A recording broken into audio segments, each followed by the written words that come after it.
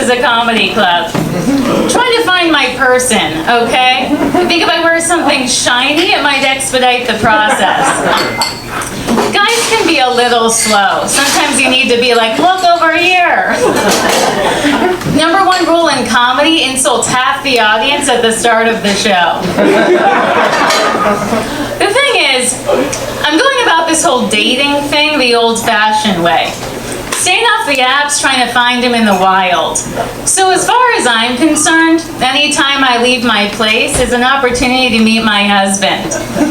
Which is why I've been hanging out at Erewhon.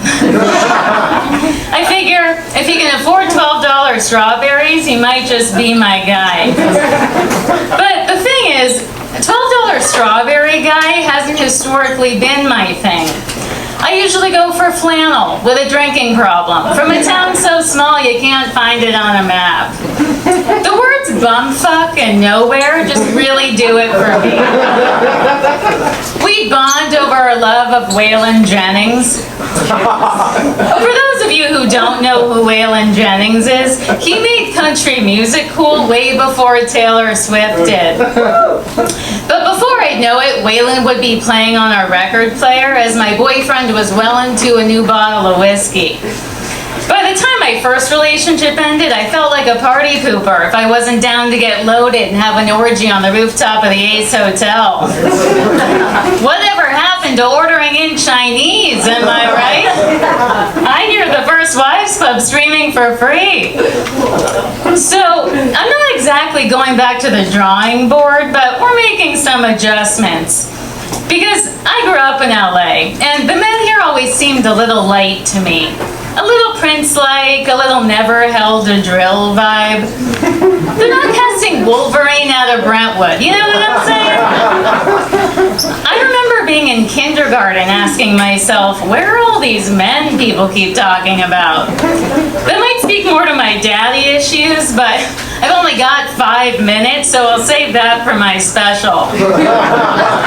The point is, by the time I graduated high school, I embarked on what I like to call my Paul Bunyan quest. This is how I ended up with a guy who grew up on a farm in rural Wisconsin. About as far away from my quaint hometown of the Pacific Palisades as you can get. You want to talk about bumfuck and nowhere. This town not only doesn't have a stop sign, it doesn't have a restaurant. That is if you don't count the Friday fish fries or burgers they make at one of the local watering holes. I'm pretty confident I'm the only Jew to ever step foot in this part of Wisconsin. If it wasn't for my button nose, I'm not so sure I would have made it out alive. As far as these locals are concerned, Madison, Wisconsin, the charming college town an hour and a half away from their neck of the woods, might as well be London.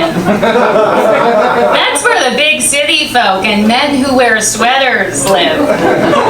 You know, the woke pieces of shit. The freaks and the fairies messing up our country. But don't get me wrong, I love this town.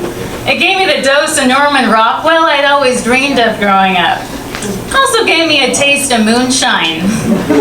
My ex-boyfriend's dad used to make wine out of everything but grapes. We're talking beets, watermelon, rhubarb.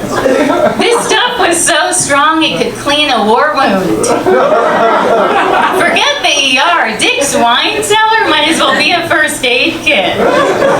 I went to the University of Wisconsin. My mom called me. She goes, "Oh, nice. You met someone in class?"